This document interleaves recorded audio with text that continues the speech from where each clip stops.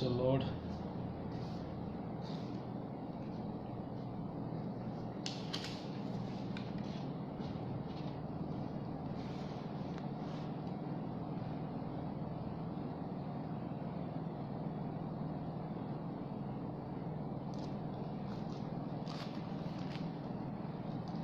Hallelujah.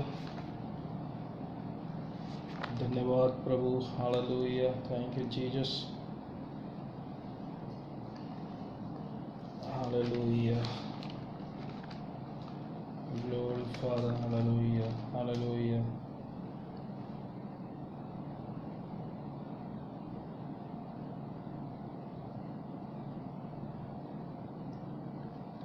धन्यवाद प्रभु, तेरा शुक्र हो। Hallelujah. Hallelujah. Praise the lord. अगर आपको मेरी आवाज़ आ रही है तो मैसेज में आप लिख सकते हैं यस, या आप थंब सेंड कर सकते हैं।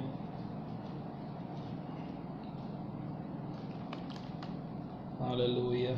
भाई ओम प्रकाश, प्रभु आपको आशीष दे, बरकत दे। बहुत दिन के बाद आपको देखा।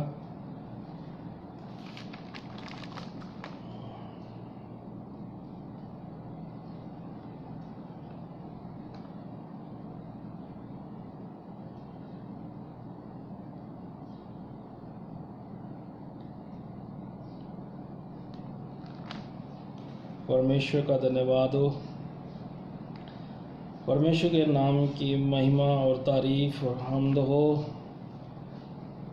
जो आज परमेश्वर ने समा दिया कि टाइट दशमांश के विषय में बात करने के लिए। परमेश्वर ने मेरे मन को उभारा कि इस वचन पर मैं बात करूं, और इसलिए इस वचन को आप सबके साथ बांट रहा हूं। और ये आप नहीं सोचना कि ये पास्टर स्टीफन कोई शिक्षा दे रहा है, अपनी ओर से दे रहा है, या कोई पास्टर स्टीफन का जो चर्च है उसकी कोई डॉक्ट्रिन है। नहीं, मुझे नहीं पता अलग अलग चर्च है दुनिया में और उनकी डॉक्ट्रिन क्या है, लेकिन मुझे एक बात पता है, परमेश्वर का वचन और परमेश्वर का पुत्र यीशु, परमेश्वर और पाकरू, इनकी डॉक्ट्रिन क्या है। इनकी डॉक्ट्रिन जो हमारे पास बाइबल है उसमें है। हालेलुया। और जब परमेश्वर ने पुराने नियम में जो वचन लोगों को दिए, तो जो लोगों ने दिल से उन्हें पूरा किया, परमेश्वर को अपने दिल से, अपने रूह, अपने जान, अपने जिस्म से, हालेलुया, जो उन्होंने परमेश्वर को मोहब्बत दिखाई और अपने जीवन की हर एक जुड़ी हुई वस्तु से जो मोहब्बत उन्होंने दिखाई, तो ना केवल परमेश्वर के कहने से ही, बल्कि उन्होंने बहुत बढ़ चढ़ के परमेश्वर को अपनी मोहब्बत दिखाई, तो परमेश्वर ने उन्हें मुबारक कहा, उन्हें धन्य कहा, परमेश्वर ने उन्हें आशीष दी। हालेलुया। उनके दिल के करने के अनुसार। हालेलुया। सो आपने टाइटल देखा होगा, आपने टाइटल देखा होगा, लिखा है मैंने 99%, और कंटिन्यू टाइथ के बारे में। क्योंकि मुझे कमेंट मेरे भाई प्रभु में आदरणीय दास, उन्होंने लिखा था 99% का क्या होगा, और वहाँ पर ही एक क्या कहते हैं भाई है, उन्होंने 99% का 9.9 लिखा है, जो 9 रुपये, और हम कह सकते हैं 9 रुपये और 9 पैसे बनते हैं। ठीक है, मैं आपसे कुछ शेयर करना चाहता हूँ। आप ध्यान से देखिए इस छोटी बुक को।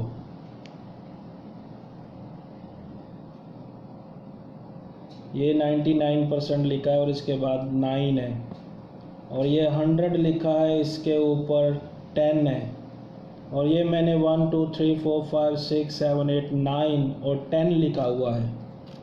ये ध्यान दीजिए इस बात पर। ये मैंने 9 से 10 तक ये मैंने एक नंबर लिखे हुए हैं, और मैं आपसे अब ये बात करूँगा कि 1 रुपया कितने पैसे से मिलकर बनता है। और 10 रुपये कितने रुपए, सॉरी फॉर डिस्टर्बेंस, जो ये क्या कहते हैं, थोड़ी देर के लिए रुकावट बीच में आती है, तो यहाँ पर कुछ प्रॉब्लम हो जाती है नेटवर्क में, क्योंकि फ़ोन में भी शायद कुछ प्रॉब्लम है, इसीलिए कुछ ऐसा होता है।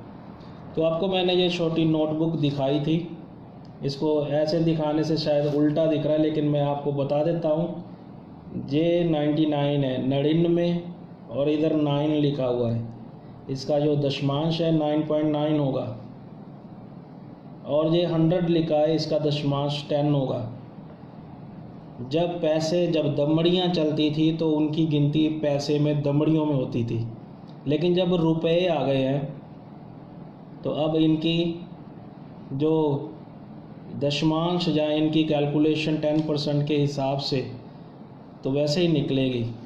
1 से 10% तक आप अगर आप काउंट करके देखें, 1 का 10%, 1 रुपया, जो 1 रुपया है वो चाहे कहीं का भी है, तो मैं दुबई का 1 रुपया आपको दिखाता हूँ, और परमेश्वर आशीष दे कि कुछ प्रभु ने बुद्धि में डाला कि मैं इसको बोलूँ या इसको कहूँ या इसको इस एग्ज़ाम्पल को शेयर करूँ।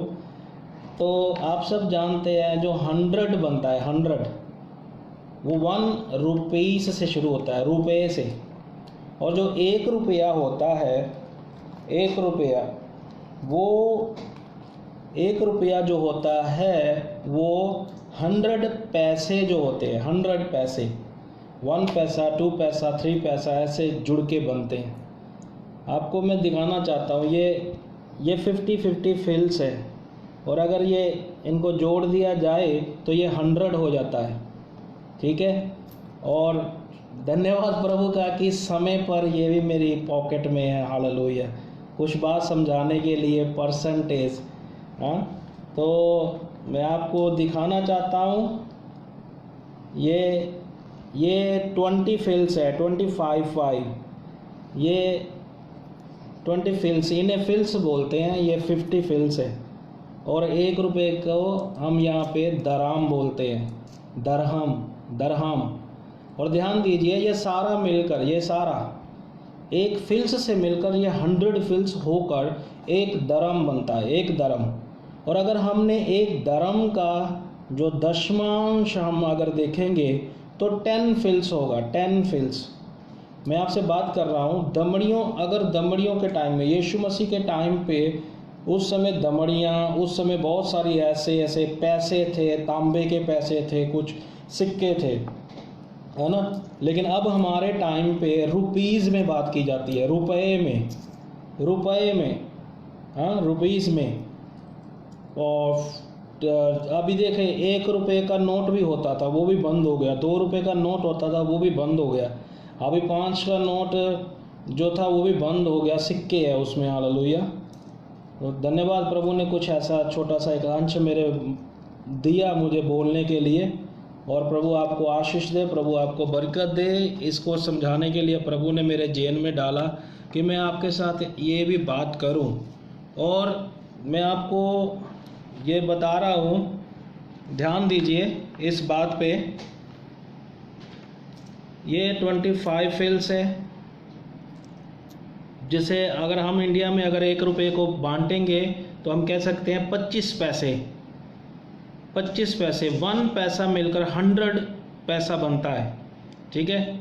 और अगर आप 99 का, अगर आपने सवाल किया था मेरे प्रभु के अभिषिक्त बंदे दास ने, तो 99 का आप 90 का अगर दशमांश निकालेंगे तो 9 रुपया होता है। अभी अगर आप बैंक में भी जाएं तो बैंक भी आपको परसेंटेशन जो लगाएगा, जो उसका ब्याज दर होगी, वो 1% सीधा बोलेगा, 1% है, 2% है, 3% है।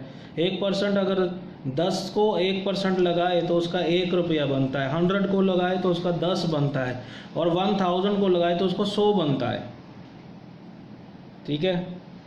अगर 1000 को 99, ठीक है, लगाए, मान लेते हैं 100 में जोड़ के 99, अगर 1000 को लगाएंगे तो उसका कितना बनेगा 90 रुपये, और 90 रुपये 9 रुपये आप साथ में जोड़ कर कहते हैं। अभी ध्यान दीजिए, ये 25 फिल्स है मेरे हाथ में, जो इंडिया में अगर हमारे पास पहले चलते थे ये पैसे 25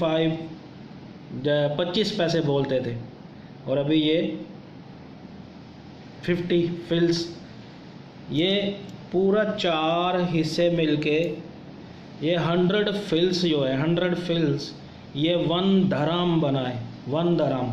अगर इसका टाइथ अगर मैं आपको बोलूँ बनेगा तो क्या बनेगा, अकॉर्डिंग टू बाइबल दशमांश कहा गया है, 10वां हिस्सा जिसको काउंट किया। ये केवल पास्टर स्टीफन ऐसा नहीं बता रहा कि ऐसा है, ये बिब्लिकल थियोलॉजी बायोलॉजी जहाँ हिस्टोरिकल जिन लोगों ने इसको जोड़ा है, बाइबल के लिखने वाले जो लेखक थे। आप सवाल पूछ रहे हैं 99 20% या कुछ, उन्होंने दशमांश शब्द लिखा है।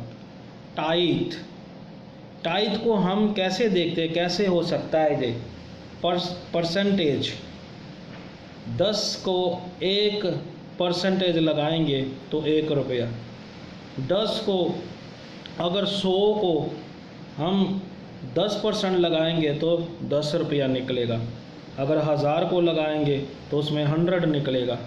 तो परमेश्वर आपको आशीष दे। ये 99 का जो किया था 9 रुपये 9 पैसे बनता है इसका। आजकल तो बच्चे इतने तेज हो गए हैं कि मोबाइल हाथ में आने से काउंटिंग निकल जाती है कि इसका क्या बनेगा, तो मुझे हैरानी है, हमें मालूम नहीं पड़ता। तो प्रभु आशीष दे। और कंटिन्यू ऑन अ टाइथ, ये बहुत बड़ा विषय है और इस पर बहुत बड़ी आर्ग्यूमेंट होती है। ये मैं एक और आपसे विनती करूँगा, दरख्वास्त करूँगा, अगर आप फेसबुक में अभी जो मैंने वीडियोस डाले हैं, आप कोई भी ऐसे कमेंट को देखते हैं जो पढ़कर आपको अच्छा नहीं लगता, तो मैं आपसे रिक्वेस्ट करूँगा डोंट आंसर, उनका आंसर ना दीजिए, क्योंकि बहुत सारी शिक्षाएं डॉक्ट्रिन के ऊपर आधारित है, जो चर्चों की डॉक्ट्रिन ठहराई होती है। बहुत सारी डॉक्ट्रिन्स है जो चर्चों ने ठहराई हुई है, पता। और बहुत सारे चर्च मानते हैं वो चर्च तो स्वर्ग जाएगा नहीं, हम ही जाएंगे। मैं एक बात फिर आपसे कह देना चाहता हूँ, थोड़ा बोलूँगा इस बात को। दशमांश से हमारी मुक्ति जुड़ी हुई नहीं है, हमारा उद्धार, हमारी साल्वेशन जुड़ी हुई नहीं है दशमांश से। और दशमांश के कारण आप मुबारक या धन्य शब्द भी जो है वो भी जुड़ा हुआ नहीं है, या श्राप या लानत जुड़े हुए नहीं है। वो कैसे? पुराने नियम में जब आप मलाकी की पुस्तक को पढ़ेंगे, मलाकी उसका चैप्टर 3 जो है, मलाकी का 3रा अध्याय है, जिसमें हर बार हम अगर चर्च में प्रीच करें तो हम बोलते हैं कि सारे दान और दशमान परमेश्वर के घर में उसकी हजूरी में लेकर आओ, क्योंकि परमेश्वर के घर में किसी बात की घटी ना हो, किसी बात की भी घटी ना हो। तो वो किसी बात की घटी ना हो, ये ऐसी मांग क्यों मलाकी के द्वारा परमेश्वर से हुई, बोली गई, कही गई, है ना? क्योंकि वचन में लिखा है ताकि परमेश्वर के घर में किसी वस्तु की घटी ना हो। ऐसा करके बाइबल में लिखा है, मुझे परख कर देखो, तुम ऐसा करके मुझे परख कर देखो, है ना? और उसमें कुछ ऐसी आयतें मिलाई हुई हैं ऊपर कि तुम मुझे लूटते हो और पूछते हो किस बात में हम तुझे लूटते हैं, इसीलिए परमेश्वर के वचन में लिखा तुम श्रापित हो। अब ये ओल्ड टेस्टामेंट हो गया, जेनेसिस से लेकर मलाकी तक ये व्यवस्था मूसा के टाइम में मिली, और मैं आपको बताऊंगा कि ये व्यवस्था क्यों मिली, क्यों कारण है।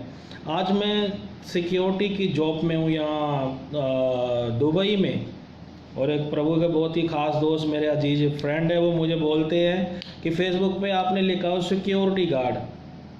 मुझे काम करने में कोई शर्म नहीं है, हालेलुया। जो मैं हूँ मुझे परमेश्वर ने दिया है, ब्लेस किया है, हालेलुया। परमेश्वर भला है, चंगा है, वो मेरी ज़रूरतों को पूरा करता है, हालेलुया। वो कहता है मैं खाक से उठाऊंगा। उठे हम खाक से और बातें हम सीधी सिंहासन की करें तो बात अच्छी नहीं है। हमें अतीत अपना याद रखना चाहिए जो हमारा, क्योंकि परमेश्वर प्रकाशित वाक्य में क्या कहता है पहली कलीसिया से, देख तू अपना पहला सा प्यार भूल गया। अपना पहला सा प्यार मतलब अतीत जो है उसमें तू कैसा था, प्रेम तेरा कैसा था, क्या था, तू क्या करता था। हालेलुया।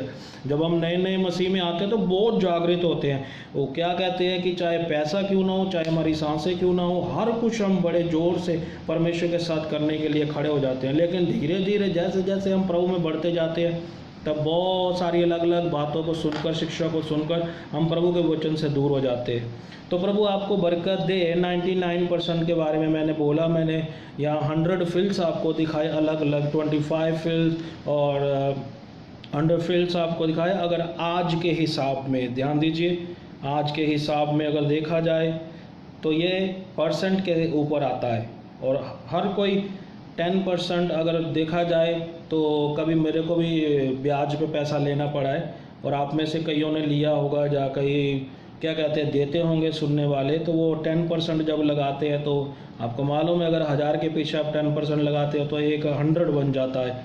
ठीक है, अगर 99 लगाएंगे तो आपको मालूम है वो कितना बन जाएगा, है ना। तो अब सब कुछ मालूम है क्योंकि हम अब जिस युग में हैं वो बच्चे भी जानते हैं कंप्यूटर के युग में है, हाँ। और बच्चे तो इतना माइंड तेज है, बहुत काउंटिंग ये वो सब निकालते हैं अच्छे से। तो परमेश्वर आपको आशीष दे। अभी इस बात को छोड़ते हुए फिर कंटिन्यू अपने टाइथ के विषय के ऊपर आते हैं। हालेलुया। टाइथ का विषय, हालेलुया। टाइथ का विषय मैं आपको कह रहा था, नए नियम में, पुराने नियम में मोसेस के टाइम पे मोसेस ने बाइबल की 5 किताबें पहले लिखी है और मोसेस का जन्म जो हम देखते हैं एक्सोडस की बुक में होता है। और मोसेस जो है वो जब परमेश्वर के लोगों को क्या कहते हैं वो छुड़ाता है मिस्र से, उसके बाद सिनाई पर्वत पर जाता है तो उसे परमेश्वर से बहुत बड़ी क्या है आज्ञाएं प्राप्त होती है। 10 आज्ञाएं भी मिलती है, उसके साथ बहुत सारी आज्ञाएं मिलती है। प्रभु आपको आशीष दे। मेरे साथ बहुत सारे लोग जो आप जुड़ रहे हैं उसमें से बहुत सारे लोग मुझे प्रेज द लॉर्ड बोल रहे हैं, मैं उन्हें प्रेज द लॉर्ड कहता हूँ, जय मसीह की कहता हूँ। प्रभु आप सबको आशीष दे। और मैंने पहले भी वीडियो पाई है, अगर आप इस वीडियो को सुन रहे हैं, अगर आप जानना चाहते हैं मैं क्या और कैसे क्यों बोल रहा हूँ तो आप पहली वीडियो को ज़रूर देखें और फिर सबको देखें। आपको समझ आएगा कि मेरे कहने का सही जो परमेश्वर के प्रति हमारा प्यार है देने के विषय में, चाहे वो फिर टाइथ हो, चाहे वो फिर एक छोटा दान या दशमान या कुछ भी हो, तो हमें कैसे देना चाहिए, हमें कैसे करना चाहिए। हालेलुया। तो मोसेस जो है वो एक्सोडस में उसका बर्थ होता है, जन्म होता है, परमेश्वर से चुनता है और वो परमेश्वर के लोगों को छुड़ाने के लिए वो परमेश्वर के पास किसी तरह पहुंचता है। उसको झाड़ी में से दर्शन मिलता है, परमेश्वर से उसे बुला लेता है, चुन लेता है और वो परमेश्वर के लोगों को जाकर मिस्र से छुड़ा कर ले आता है। और जब छुड़ा कर ले आता है तो वो उसे लेकर चलता है, परमेश्वर उनसे बातें करता है सिनाई पर्वत पर, उन्हें वाचा देता है, उन्हें कानून देता है और मोसेस उसे लिखता है, जिसे बाइबल के विद्वान, बाइबल के लेखक, बाइबल के लिखने वाले ये कहते हैं उसे पेंटाटुक, 5 ग्रंथ जो परमेश्वर की ओर से दिए गए। और कानून उसे लॉ भी बोलते हैं इंग्लिश में, जिसका हिंदी में कहेंगे तो कानून, वाचा, परमेश्वर ने वाचा दी, परमेश्वर ने कानून दिया। और नए नियम में ऐसा लिखा है कि ये जो कानून, ये जो वाचा, ये जो व्यवस्था दी गई वो एक शिक्षक थी सिखाने के लिए, ताकि परमेश्वर का जन जो है भटके ना, वो सीखता चला जाए। तो जब लिखा है कि परमेश्वर के इस व्यवस्था को पूरा करने में कोई अगर एक वचन भी चूक जाता था तो परमेश्वर के वचन में लिखा है वो सारी बातों से चूक जाता था। सो कुछ थोड़ा सा बीच में डिस्टर्बेंस आ जाती है, इसके लिए मैं आपसे माफ़ी मांगता हूँ। बीच में कुछ मुश्किल आ जाती है और मेरे फ़ोन की जो मेमोरी है वो ज़्यादा दिखा रही है और इसकी वजह से कुछ अपने आप ऑटोमेटिकली ये पुश करता है। तो परमेश्वर आपको आशीष दे। और हम बात कर रहे थे कि दशमांश के बारे में। मूसा जो है, परमेश्वर उसको वचन देता है, लो देता है, तो वो फिर एक नियम ठहर जाता है, नियम के अकॉर्डिंग वचन दिया जाता है। अब आप ध्यान से सुने ये क्या होता था। नए नियम में आकर यीशु मसीह ने देखा जो टेम्पल ऑफ लॉर्ड, जो यरूशलेम के में रहने वाले जो परमेश्वर के लोग थे, फकी फरीसी, और जो याजक लोग थे उस समय के, जो यीशु के समय में थे, तो वो लोगों को क्या कर रहे थे, वो दबा रहे थे, ज़बरदस्ती उन्हें दबा रहे थे देने के लिए। और लोग भी उसको अब आनंद से पूरा नहीं कर रहे थे, शांति से, जॉय से पूरा नहीं कर रहे थे। तो प्रभु यीशु मसीह ने वहाँ पर भी कुछ वचन उनसे कहे थे। तो प्रभु यीशु मसीह ने वो वचन उन्हें कहते हुए ये कहा था कि तुमने न्याय को छोड़ दिया, प्रेम को छोड़ दिया, अब तुम सिर्फ एक छोटी छोटी चीज़ों का दशमांश भी लोगों से ले रहे हो, हालेलुया, तुम उन पर थोप रहे हो, हालेलुया। तो नए नियम में मैंने ये मेंशन किया था, नए नियम में कोई कमांड नहीं है देने के लिए, और कोई कमांड ये भी नहीं है कि तुम ना दो। लेकिन नए नियम में और पुराने नियम में कुछ अद्भुत बातें देखेंगे, अद्भुत लोगों को देखेंगे, ऐसे कुछ लोगों को देखेंगे जिन्होंने व्यवस्था जब इस दुनिया में नहीं थी उससे पहले दिया, और जब व्यवस्था इस दुनिया में थी, आ गई थी, तब भी करते रहे। और जब यीशु मसीह आया जिसने सारी व्यवस्था को पूरा कर दिया और व्यवस्था के शरापों से, लानतों से लोगों को आज़ाद कर लिया। ये एक शरापित शब्द लिखा हुआ है मलाकी की किताब में, तुम मेरे को लूटते हो, खाते हो, इसलिए तुम लानती हो, श्रापित हो। तो मैं आपको बताना चाहता हूँ, नए नियम में आप लानत से आज़ाद हो यीशु मसीह के द्वारा। यीशु मसीह ने आपको सारी व्यवस्था की लानत से आज़ाद किया है जब हम उसमें आते हैं, हालेलुया। तो फिर भी परमेश्वर के प्रति हमारा जो है, जो कलाम के अनुसार हम देखते हैं, वचन में लिखा है, तो हम उसको पढ़ते हैं। मैं आपको एक आयत पढ़ाना चाहता हूँ, व्यवस्था विवरण, बाइबल की 5th जो बुक है ड्यूटरनोमी, उसका चैप्टर 14, उसकी वर्स 29, व्यवस्था विवरण उसका 14 अध्याय और उसका 29 वचन में आपके साथ शेयर करना चाहता हूँ इस समय। यहाँ लिखा है, तब लेवीय जिसका तेरे संग कोई निज भाग जहाँ अंश ना होगा, परमेश्वर मूसा के द्वारा इजरायली लोगों को और लेवी घराने को, लेवी लोगों को, ये 12 गोत्र थे। इज़राइल याकूब को नाम दिया गया और इसमें 12 गोत्र जन्मे और उनको इज़राइल के नाम से बोला जाता था। लेकिन उनमें एक गोत्र था जिसका नाम लेवी था, और परमेश्वर उस लेवी घराने को दान दशमांश के लिए ठहराता है कि वही लोग जो है वो इसको ले सकते हैं, वो खा सकते हैं, वो पी सकते हैं। और परमेश्वर उनके लिए मूसा के द्वारा ये बात कहता है, ध्यान से सुनिए, तब लेवी जिसका तेरे संग कोई निज भाग जहाँ अंश ना हो। परमेश्वर किसको कह रहा है? इजरायलियों को, कि तेरे साथ कोई निज भाग नहीं है। अलग से परमेश्वर ने उनके लिए ठहराया। क्या ठहराया था? और भी लोग थे, और जो परदेसी, जहाँ अनाथ, जहाँ विधवाएं, और लिखा है, और विधवाएं तेरे फाटकों के भीतर हो, वे भी आकर पेट भर खाएं। वे भी आकर क्या करें? पेट भर खाएं। परमेश्वर मूसा के द्वारा आदेश देता है, लोगों से बातचीत करता है कि तुम क्या करो। परमेश्वर कहता है तुम मेरे लिए ये दान दे। दशमांश जो है, आपको ये व्यवस्था विवरण ड्यूटरनोमी चैप्टर 14 वर्स 22 से जब आप 29 तक पढ़ेंगे, ये सारी आयतें आपको मिलेगी। तो ये परमेश्वर ने क्यों उनसे कहा, मैं आपके साथ 1-2 आयतें शेयर करूंगा नए नियम से भी। परमेश्वर ने कुछ अलग हिस्से से लोगों को ठहराया। आपको मालूम है, अगर आर्मी में फ़ौजी जो है काम कर रहा है, तो वो फ़ौजी आर्मी के कैंप में रहकर, सेंटर में रहकर, वो वहाँ से खाता है, पीता है, सैलरी लेता है, बढ़ता जाता है। और अगर हम एक स्कूल में टीचर को ले लें, तो टीचर काम करते हैं और वो उस काम की मजदूरी पाते हैं। तो बाइबल में अगर हम मत्ती की अंजील 10:10 में पढ़ेंगे, तो परमेश्वर ने अपने चेलों को, यीशु मसीह ने अपने चेलों को सेवकाई के लिए भेजा। लूका 10:10 में भी उसने भेजा। तो वहाँ पर प्रभु ने एक उनको मकसद दिया, एक प्रभु ने उनको एक क्या कहते हैं वर्क दिया, और परमेश्वर ने उन्हें एक असाइनमेंट दिया और उन्होंने कहा जाओ और जाकर बीमारों को चंगा करो, और जो बंधुए हैं उन्हें छुड़ाओ, जो रोगों में हो उन्हें चंगा करो। तो प्रभु जब उन्हें ये बात कहते हैं तो प्रभु उन्हें कहते हैं कोई भी अपने साथ झोला, कोई बटुआ, कोई कुछ ना लेकर जाए, और आप कोई लाठी ना लेकर जाए, आप ऐसे ही जाओ। जब वो लोग इस वचन को सुनते हैं तो वो मानते हैं और वो जाते हैं। और परमेश्वर के वचन में लिखा है, प्रभु ने उन्हें कहा, लूका में आप अच्छे से पढ़ सकते हैं, लूका में आप पाएंगे इस वचन को। वहाँ लिखा है जिस भी घर में उतरो वो जो कुछ तुम्हें दे, जो वो जो कुछ तुम्हें दे उसे क्या करो, खाओ पियो, और जितने दिन वहाँ वो रहने के लिए तुम्हें दें रुको, और फिर क्या है वहाँ से कूच करो, चलो।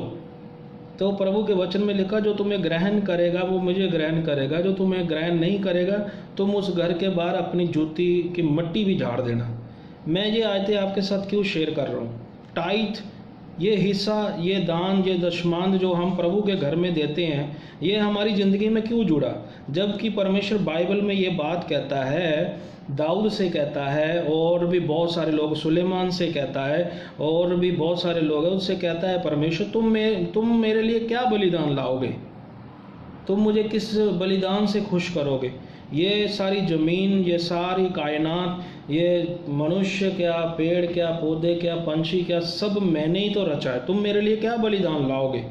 वो परमेश्वर जिसको कोई ज़रूरत नहीं है बलिदान की, वो परमेश्वर जिसको कोई ज़रूरत नहीं है कोई हदिया, कोई दशमान देने की, वो परमेश्वर क्यों ये वचन बाइबल में, ये पवित्र शास्त्र में देता है? क्यों इस बात को हाबिल ने, नोहा ने, इब्राहिम ने, इसहाक ने, याकूब ने, और यहाँ तक बहुत सारे नबियों ने, राजाओं ने पूरा किया जो मूसा ने व्यवस्था में लिखी, और वो लोग जो व्यवस्था से पहले थे उन्होंने भी आनंद से पूरा किया, और जो लोग व्यवस्था के आने में आए तो उन्होंने भी पूरा किया। और नए नियम में भी बहुत सारे लोग जो है दान और दशमांश देते हैं। ये आयतें हैं बाइबल में। आप कुरनेलियस की ज़िंदगी के बारे में तो जानते होंगे, आपने वचन सुना होगा कुरनेलियस के बारे में। क्या लिखा? वो एक सरदार था, वो एक यहूदी, वो एक ऐसा सरदार था, हाँ, और वो क्या करता था, वो परमेश्वर के आगे दुआ प्रार्थना करता था। ध्यान से देखें इस बात को, वो दुआ प्रार्थना भी करता था ना। प्रेरितों के काम में बुक ऑफ एक्ट्स में कुरनेलियस के बारे में मेंशन है, तो वो दुआ प्रार्थना करता था, और भी उसका लिखा है वो अपने पूरे घराने के साथ परमेश्वर का डर मानता था। और फिर डर मानते मानते क्या लिखा है, वो किस जाति को वो दान और दशमांश देता था? दशमांश या दान जो भी है वो देता था, हाँ, दान देता था, ऐसा लिखा है, यहूदियों को। देखो कुरनेलियस इतना बड़ा कोई आदमी, यहूदी, इस दुनिया में बहुत हाई प्रोफाइल जो है, जो रिच लोग माने जाते हैं। और वो उस समय भी सामरी औरत ये कहती है, यहूदी तो मुझसे, सामरी औरत कहती है कोई भी यहूदी मुझसे कोई ताल्लुकात नहीं रखना चाहते, क्योंकि वो सामरी औरत को, सामरी लोगों को तुच्छ जानते थे। और कुरनेलियस वचन में लिखा है वो दान देता था बहुत सारे यहूदियों को, और दुआएं करता था लगातार परमेश्वर के आगे 2-3 टाइम। और फिर लिखा हुआ है कि वो अपने घराने समेत परमेश्वर का डर मानता था। और अब उसके पास क्या ऐसा होता है जब वो ऐसा कर रहा है? क्या उसको कोई हुक्म मिला हुआ था? वो दिल के आनंद से इन बातों को करता है। वो परमेश्वर का डर और भय उसकी ज़िंदगी में, इसलिए वो करता है। विलिंग हार्ट, जैसे मैंने पहली वीडियो में एक शब्द बार बार यूज़ किया है कि परमेश्वर ने कैन से कहा, if you also giving with the willing heart, if you also offering with the willing heart, तुम अपने दिल की इच्छा से, मन की इच्छा से, अगर आनंद भाव से तुम अगर बीजोगे, चढ़ाओगे मुझे चढ़ावा, तो मैं भले हृदय से मुझे दोगे तो मैं उसे ग्रहण करूँगा। कुरनेलियस जिसको कोई हुक्म नहीं है, जिसको कोई भी ऐसी व्यवस्था नहीं है जिसकी ज़िंदगी में, वो खुशी से करता है दान, वो खुशी से देता है। हाँ, अब ध्यान दीजिए, परमेश्वर को इस बातों की ज़रूरत नहीं है। अमीर व्यक्ति ने, पुरुष ने यीशु से पूछा कि मैं क्या करूं सदीपक ज़िंदगी पाने के लिए, अनंत ज़िंदगी पाने के लिए। अब ध्यान दीजिए, सदीपक ज़िंदगी, अनंत ज़िंदगी इससे नहीं जुड़ी हुई है दान और दशमान से। लेकिन प्रभु यीशु मसीह से कहता है तुम व्यवस्था को पूरा करो। वो बोलता है मैं तो बचपन से पूरा करता आया हूँ, मैं व्यवस्था को बचपन से पूरा करता हूँ। प्रभु ने देखा वो तो बहुत बढ़ चढ़ के बात किया, तो प्रभु ने उसे एक बात कही, क्या कर, फिर अपना माल खजाना बेचकर गरीबों में बांट दे। क्या लिखा है बाइबल में? वो तो धनी होकर हमारे लिए क्या बन गया, कंगाल बन गया, ताकि उसके कंगाल बनने से हम धनी बन जाएं। हालेलुया।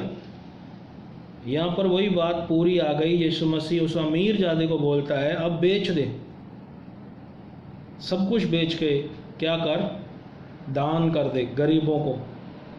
तो वो परमेश्वर के वचन में लिखा है वो उसकी बात सुनकर वहाँ से चला गया। उसने उसको फॉलो नहीं किया, उस वचन को लिया नहीं। तो बहुत बार हम वचन को लेते नहीं हैं जो प्रभु कहता है, हम सिर्फ पूछते हैं। हम बात कर रहे हैं इज़राइल में जो याकूब था उसको ये नाम मिला इज़राइल, और इसमें 12 गोत्र थे। 12 गोत्रों को याकूब की जो पीढ़ी थी उसको इज़राइल बुलाया जाता था। उसमें एक गोत्र था लेवी घराने का। लेवियों को यह हुक्म था परमेश्वर की ओर से, जो परमेश्वर के घर में दान दशमान जो कुछ भी चढ़ाया जाए वो उसको खा सकते हैं। और केवल वही नहीं खा सकते, वहाँ पर लिखा हुआ है जो परदेसी, जो अनाथ, जो विधवाएं तेरे फाटकों के भीतर हो, वे भी आकर पेट भर खाएं। हालेलुया। यरूशलेम के मंदिर के अंदर परमेश्वर ने बहुत सारे ओसारे बनाए थे, परदेशियों के लिए बने थे।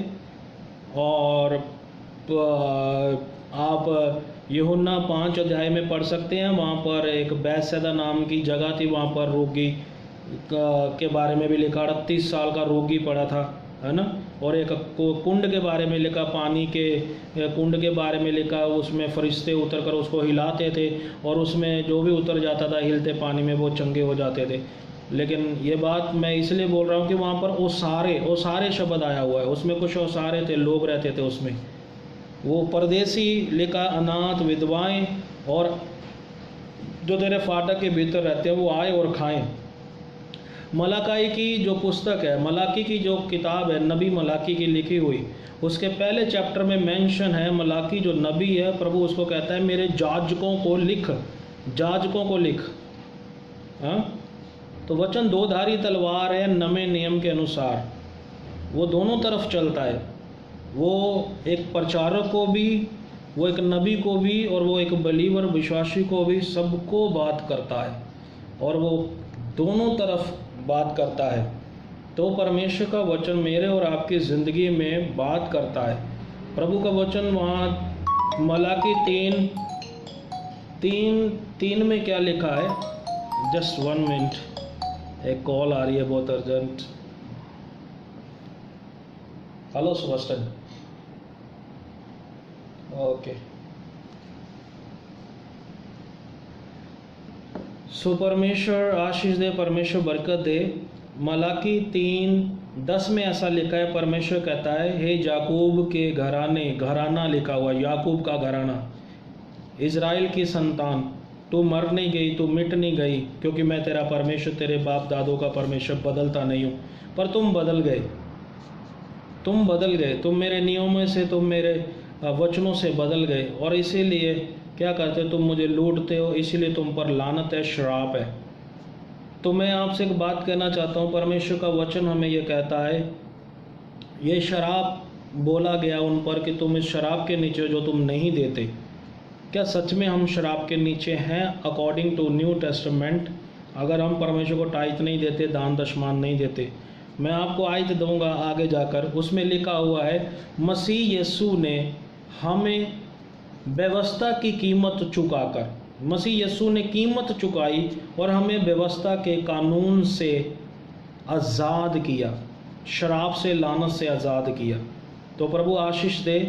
लेकिन क्या फिर भी हमें टाइथ, हमें दशमांश या जो भी परमेश्वर को देना है देना नहीं चाहिए? इसके लिए मैंने आपसे बात की थी। मेरी जो पहली वीडियो, मैंने 3-4 जो वीडियो फेसबुक पे लोडेड है, ऑलरेडी पोस्ट है, उसमें मैंने कहा था हाबिल ने परमेश्वर के लिए चढ़ावा दिया, दान दिया, और कैन इस बात से दुखी हुआ कि परमेश्वर ने उसका ग्रहण नहीं किया। लेकिन परमेश्वर कहता है अगर देख कैन, तू भी भले हृदय से देगा। भले हृदय का मतलब होता है विलिंग हार्ट, जिसका शब्द हम कह सकते हैं कि तेरा दिल भी उसमें होना चाहिए, तेरा मन भी उसमें होना चाहिए। वो परमेश्वर को देने तो गया, लेकिन वो परमेश्वर को पूरा वो नहीं दे सका जो परमेश्वर चाहता था। लेकिन हाबिल, वचन में लिखा, वो अपने बाड़े में गया और उसने वहाँ पर अच्छे परमेश्वर के लिए भेंट को लेकर आया, और जब वो लेकर आया उसने उसकी वेदी पर रखा, और वचन में लिखा ऊपर से आग आई और उसने वो हाबिल का जो दान था ग्रहण किया। और आपको मैं कहना चाहता हूँ हाबिल के दान का केवल जो उसने प्रभु को चढ़ाया वो सिर्फ पुराने नियम में ही लिखा नहीं हुआ, वो नए नियम में एक गवाही बनकर इब्रानिया 11 अध्याय में लिखा गया है। फिर नोहा का भी लिखा गया है, फिर इब्राहिम का भी लिखा गया है। इब्राहिम ने परमेश्वर का विश्वास किया, इस बात पे लिखा है पर इब्राहिम ने परमेश्वर पर विश्वास किया तो उसके लिए ये धर्म गिना गया। तो परमेश्वर आशीष दे, उसने क्या विश्वास किया? परमेश्वर ने उसे कहा मैं तुझे संतान दूंगा। परमेश्वर ने हर चीज़ उसे दी उसकी ज़िंदगी में, लेकिन जो उसकी संतान की कमी थी परमेश्वर ने वो भी पूरी की। और परमेश्वर ने अब इब्राहिम से कहा कि तू मेरे लिए अपने पुत्र को दे, अर्थात निज पुत्र को दे। तो परमेश्वर क्या सच में उसके पुत्र को चाहता था? नहीं। परमेश्वर उसका दिल, उसका मन देखता था कि सच में ये मेरे वचन को पूरा करने के लिए तैयार है। और देखो परमेश्वर का बंदा इब्राहिम कैसे अपने पुत्र को ले चला है, ना उसकी माँ को बताता है, ना इसहाक को बताता है क्या करेगा वो, उधर जाके उसको इसहाक को कुर्बान करना है। हालांकि इसहाक रास्ते में पूछता है पिता वो मेमना कहाँ है, वो मेमना कहाँ है जिसका हमने बलिदान करना है। तो वचन में लिखा है इब्राहिम ने विश्वास से एक बात कही, उसका प्रबंध परमेश्वर करेगा। हालेलुया। बहुत बार परमेश्वर के लिए हमें हदिया देने से डर लगता है, दशमांश दान देने से डर लगता है। हमारा बाकी का प्रबंध कौन करेगा, कैसे होगा? क्या हम इब्राहिम की तरह ये नहीं कह सकते कि इब्राहिम ने उस समय कहा जब उसके पास मेमना नहीं था, बछड़ा नहीं था, इसहाक जो जिंदा उसका पुत्र, एक ही पुत्र था जिसको वो प्रभाव के लिए कुर्बान करने चला है, जिसको उसने बलिदान करना है। बलिदान के लिए जो दिया जाता है जानवर, उसको जिंदा नहीं रखा जाता था, उसको काटा जाता था और उसका लहू जो है वेदी पर डाला जाता था और वो जानवर रखा जाता था। परमेश्वर की आग उस पर सीधा स्वर्ग से उतरती थी और ग्रहण करती थी।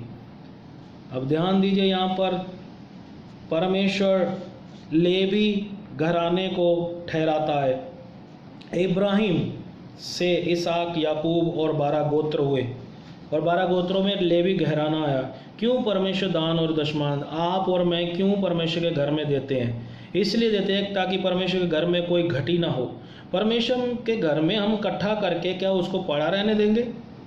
अगर आप एक कनक कोई, मैंने जलंधर में, इंडिया में, पंजाब जलंधर में मैंने देखा एक बैंक था, उसके अंदर किसी ने अपना सोना जो था वो स्टोर किया हुआ था और वो सोना क्या हुआ, उसको पता नहीं काई लगी, क्या लगा, कीड़ा लग गया।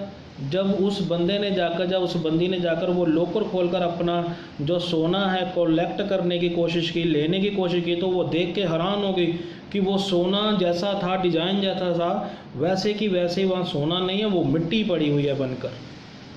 अब क्या हुआ इसको?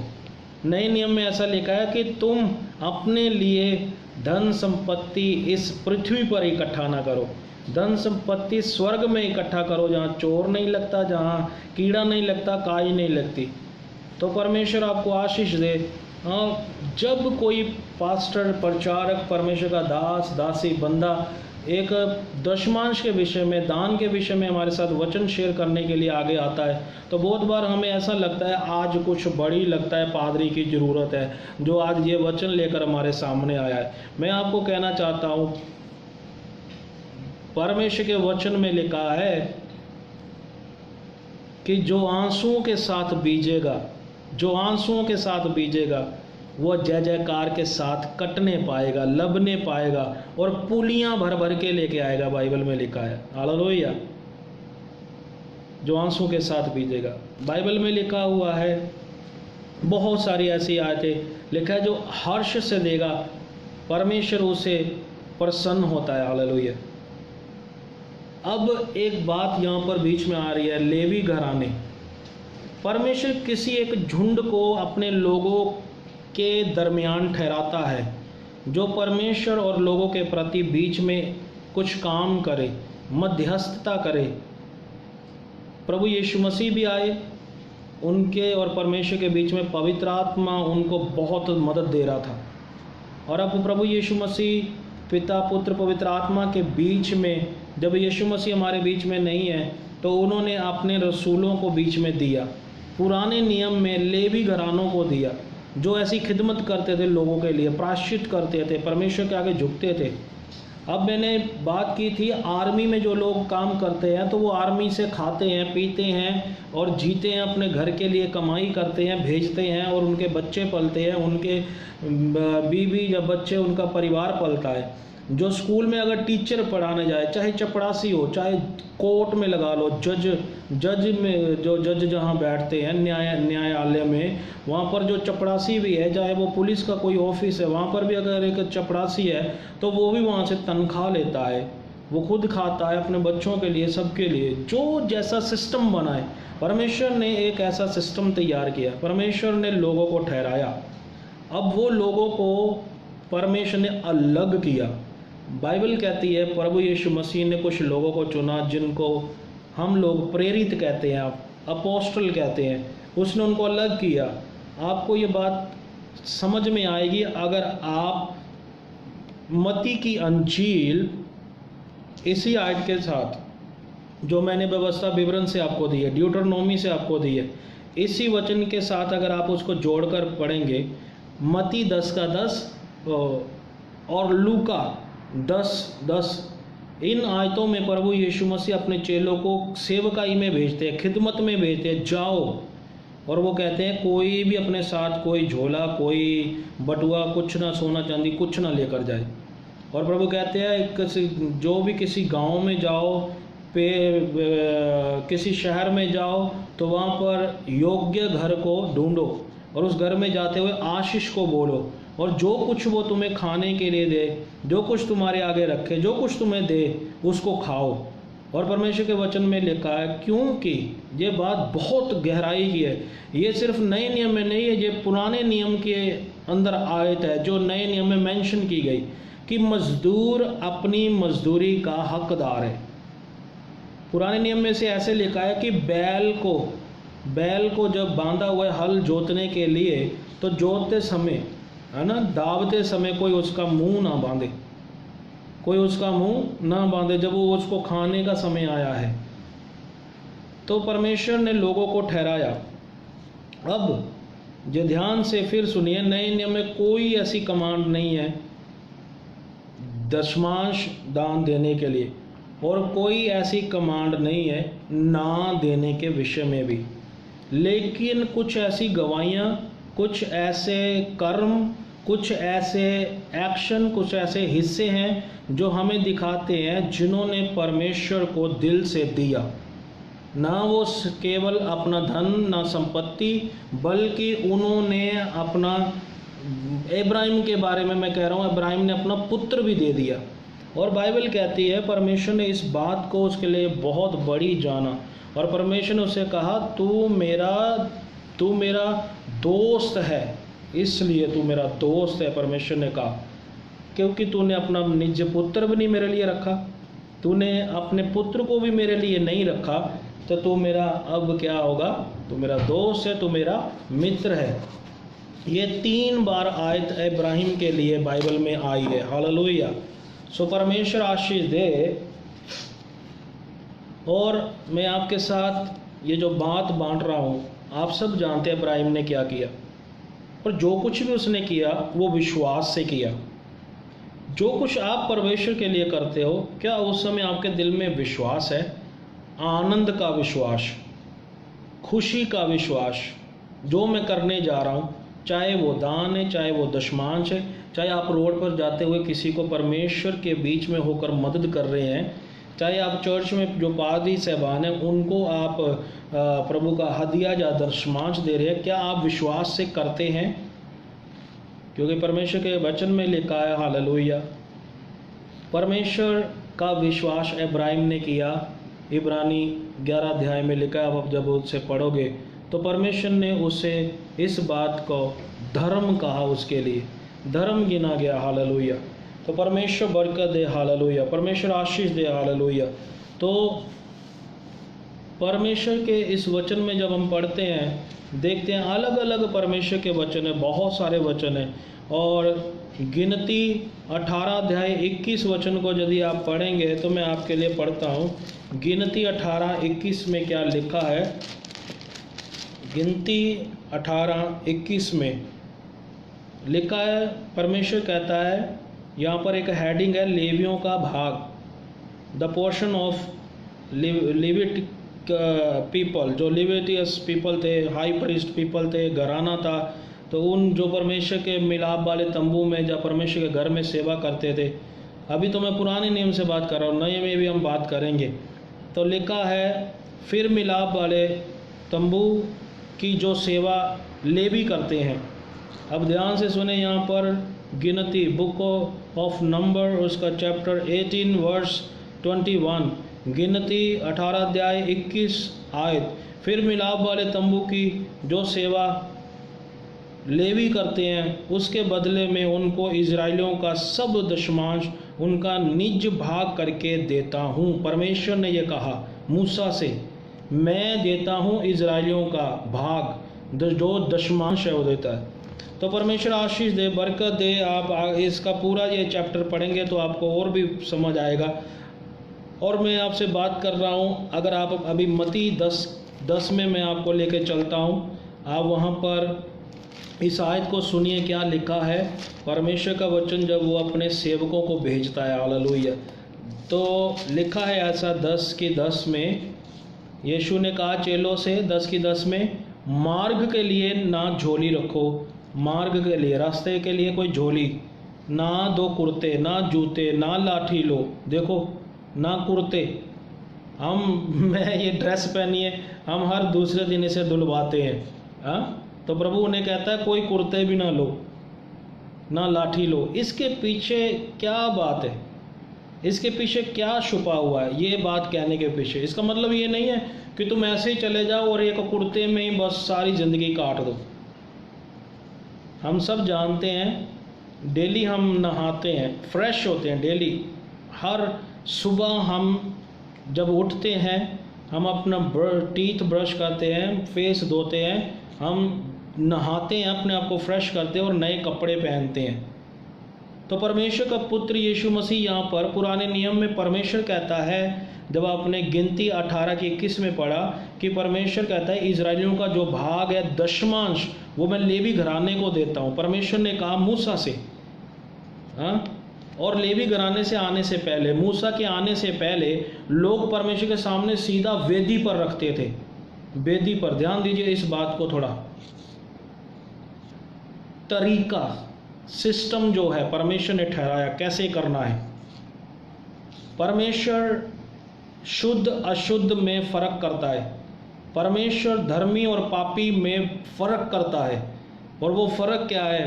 परमेश्वर कहता है पवित्र बनो क्योंकि मैं तुम्हारा बुलाने वाला पवित्र हूँ। परमेश्वर कहता है जो कुछ तुम मेरे लिए लाओ तो अपने सच्चे हृदय से लाओ, तुम मेरे लिए शुद्ध बलिदान लेके आना।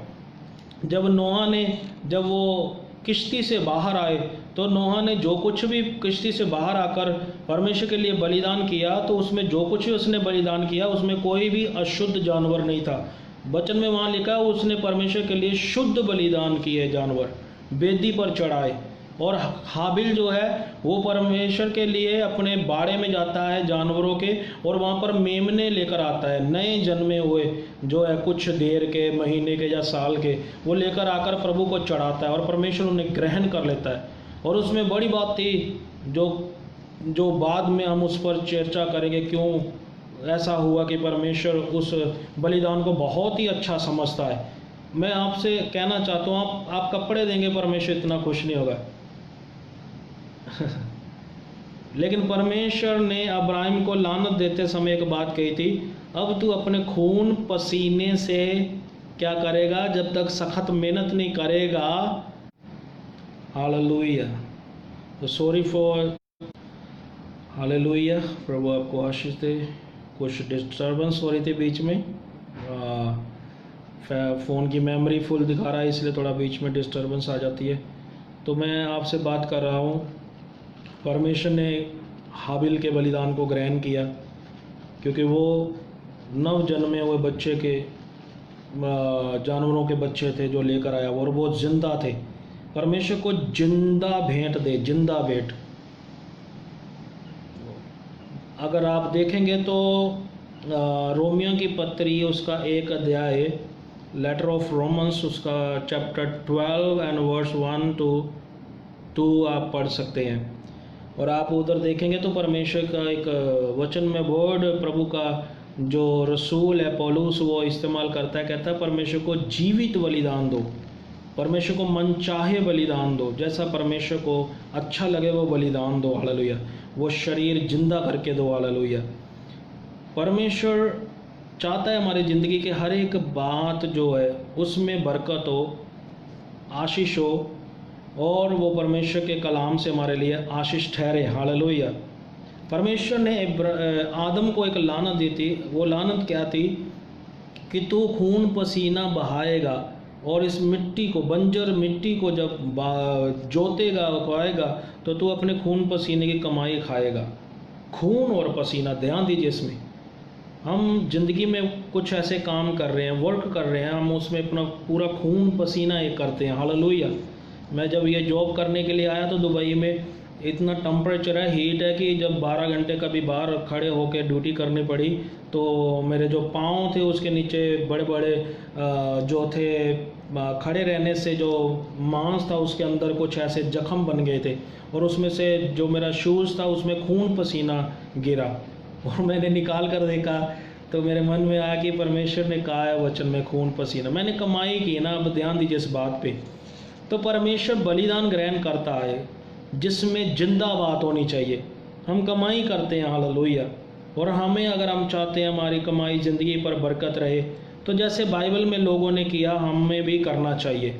मैं फिर कहता हूँ, अगर आप पूछेंगे ऐसा वचन कहाँ लिखा हमें करना चाहिए, तो आपको वचन तो नहीं मिलेगा, लेकिन आपको ये वचन जरूर मिलेंगे। कुछ लोगों ने बिना कहे हुए कुछ ऐसे हिस्से परमेश्वर के लिए दे दिए, कर दिए, जिसके करने के कारण उनकी टेस्ट मनी परमेश्वर के वचन में है, और उनको धन्य कहा गया, उनको मुबारक कहा गया, उनको बरकत बोली गई, उनको बरकत मिली भी।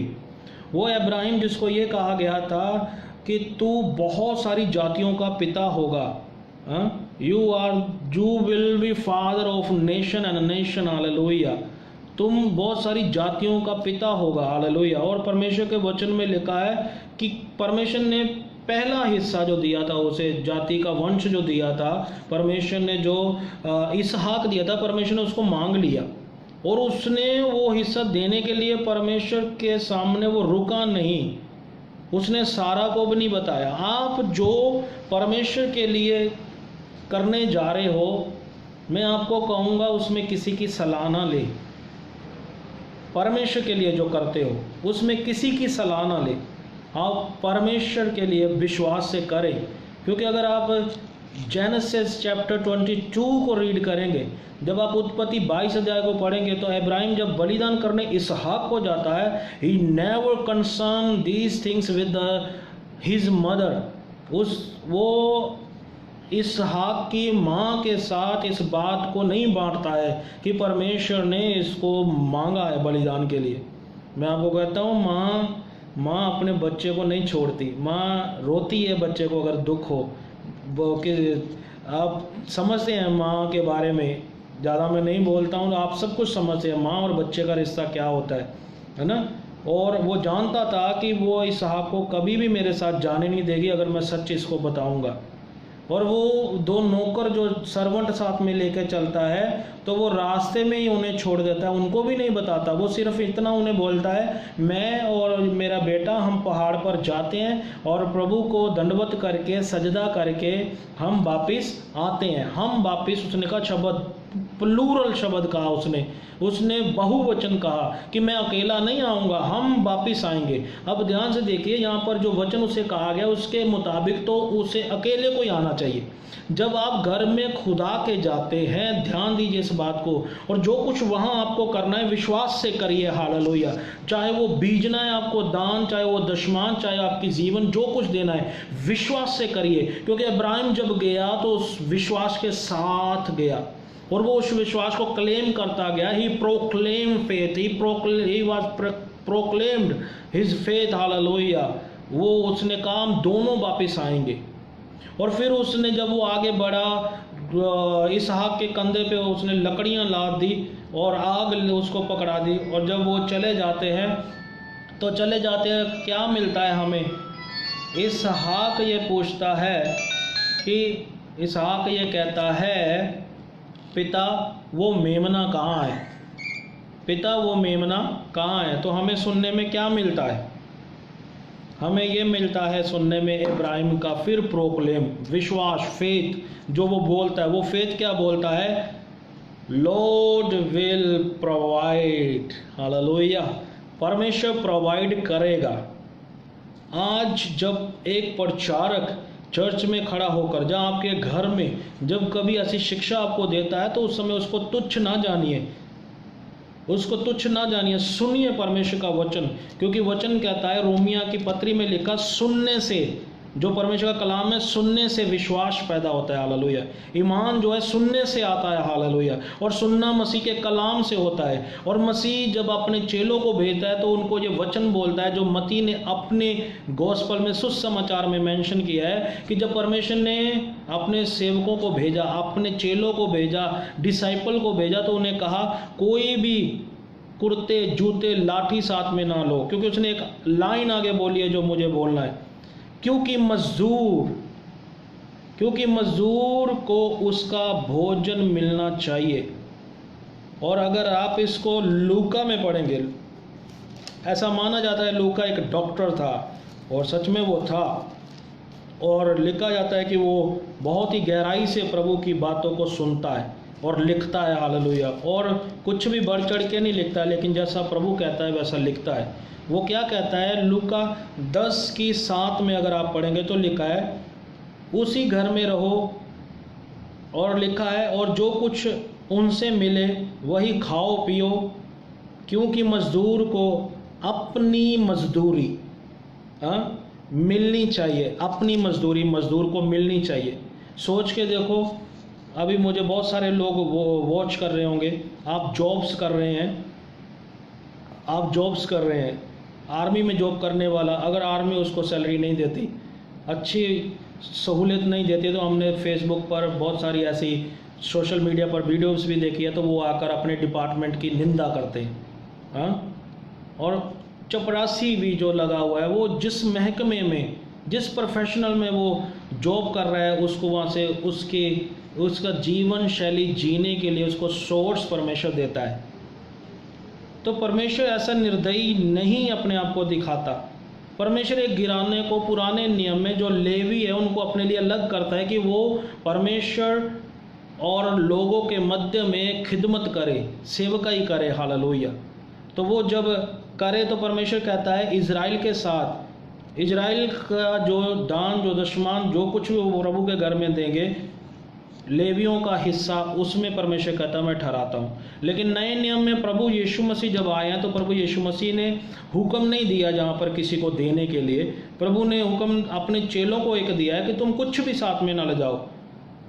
Jesus was same today, yesterday and forever. खुदा का वचन लिखा है, वो आज, कल और युगानो युग यकसा है। खुदा का वचन, और वचन यदि हम पढ़े, यूहन्ना 1:1 में लिखा है, खुदा का वचन आदि में था, परमेश्वर के साथ था, परमेश्वर ही था। और जब हम यूहन्ना 1:14 में पढ़ते हैं तो लिखा है परमेश्वर का वचन देहधारी हो गया, God word become flash, hallelujah.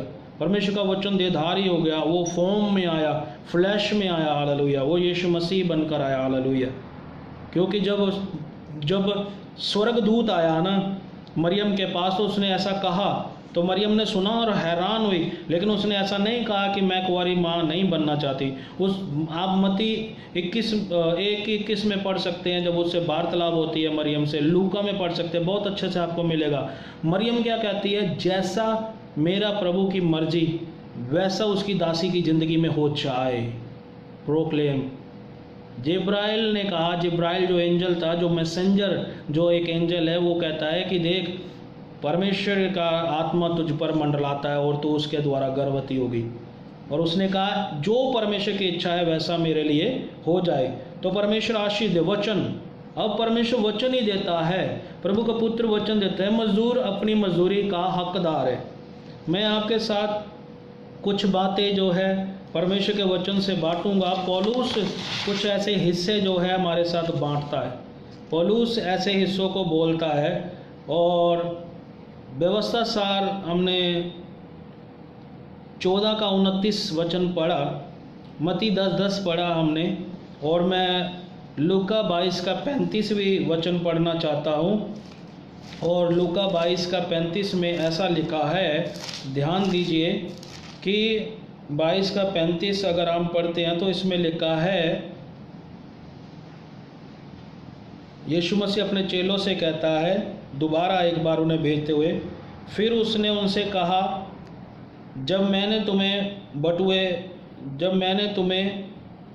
फिर उसने उनसे कहा, जब मैंने तुम्हें बटुए और झोली और जूते बिना भेजा था तो क्या तुमको कोई किसी वस्तु की घटी हुई थी?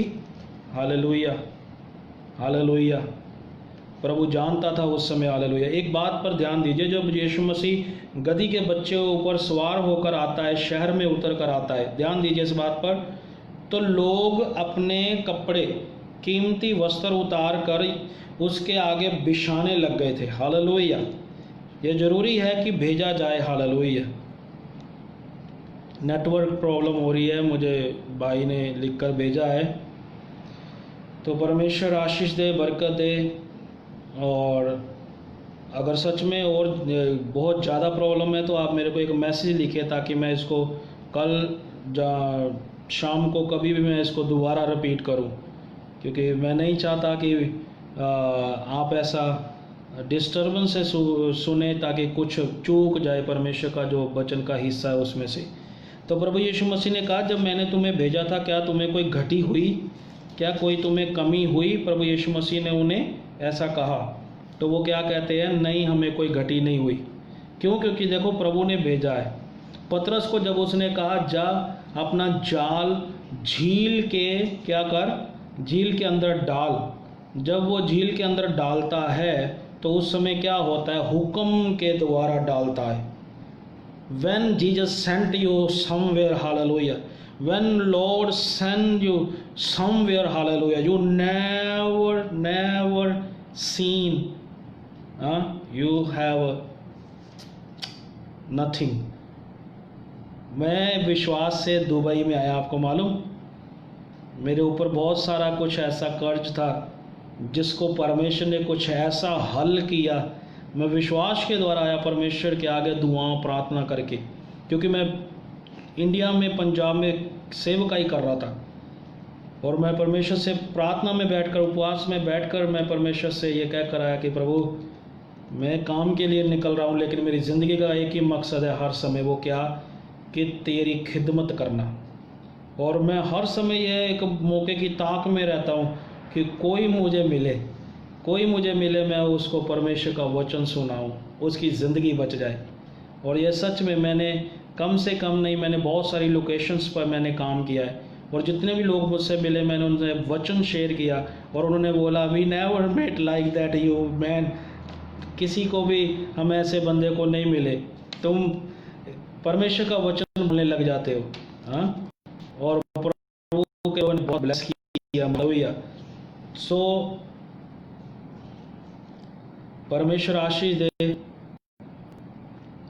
मैं पूछना चाहता हूँ क्या नेटवर्क कंटिन्यू सही चल रहा है? आप मुझे ज़रूर लिख कर मैसेज डालें, ताकि मैं चाहता हूँ कि कोई डिस्टर्बेंस के कारण परमेश्वर का ये वचन चूक ना जाए, क्योंकि ये बहुत ही भली और अच्छी बात है परमेश्वर की ओर से। क्योंकि ये सिर्फ मेरी ज़िंदगी की नहीं, ये हाबिल से, इवन आदम से देखें तो ये बात जुड़ी हुई है। हाबिल है और फिर नोहा है, फिर इब्राहिम है, जो परमेश्वर के लिए करता है, दिल खोल कर करता है।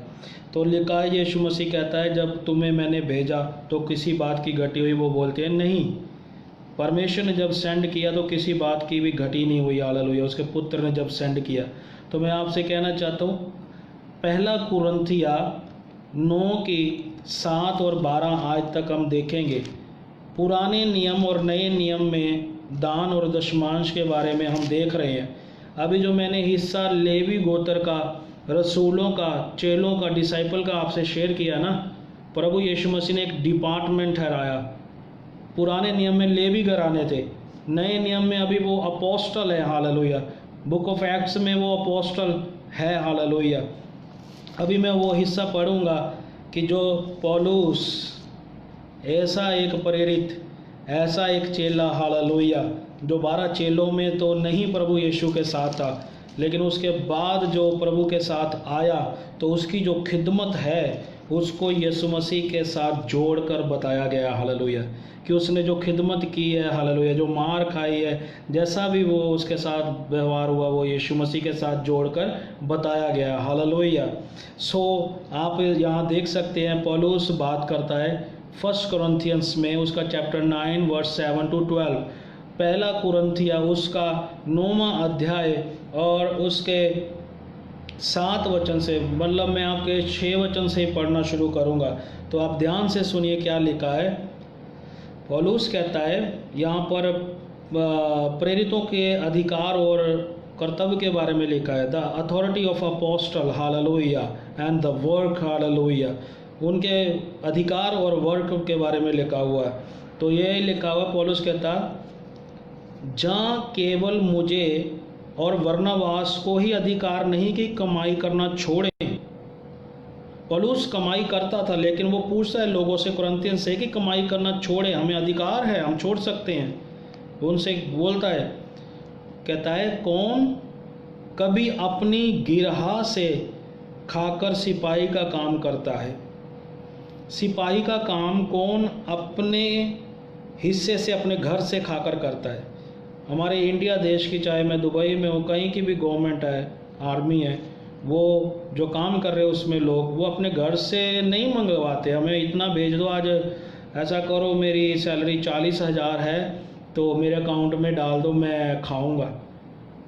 मैं अपने घर से काम करने इंडिया में आया हूँ, वर्ल्ड सिक्योरिटी कंपनी में काम कर रहा हूँ, मेरे को वो सैलरी दे रहे हैं, और मैं क्या कहते हैं, अपने खाने पीने के लिए, रहन सहन करने के लिए घर से पैसा नहीं मंगवाता, कंपनी मुझे देती, प्रोवाइड करती है, मैं वर्कर हूँ। हालेलुया।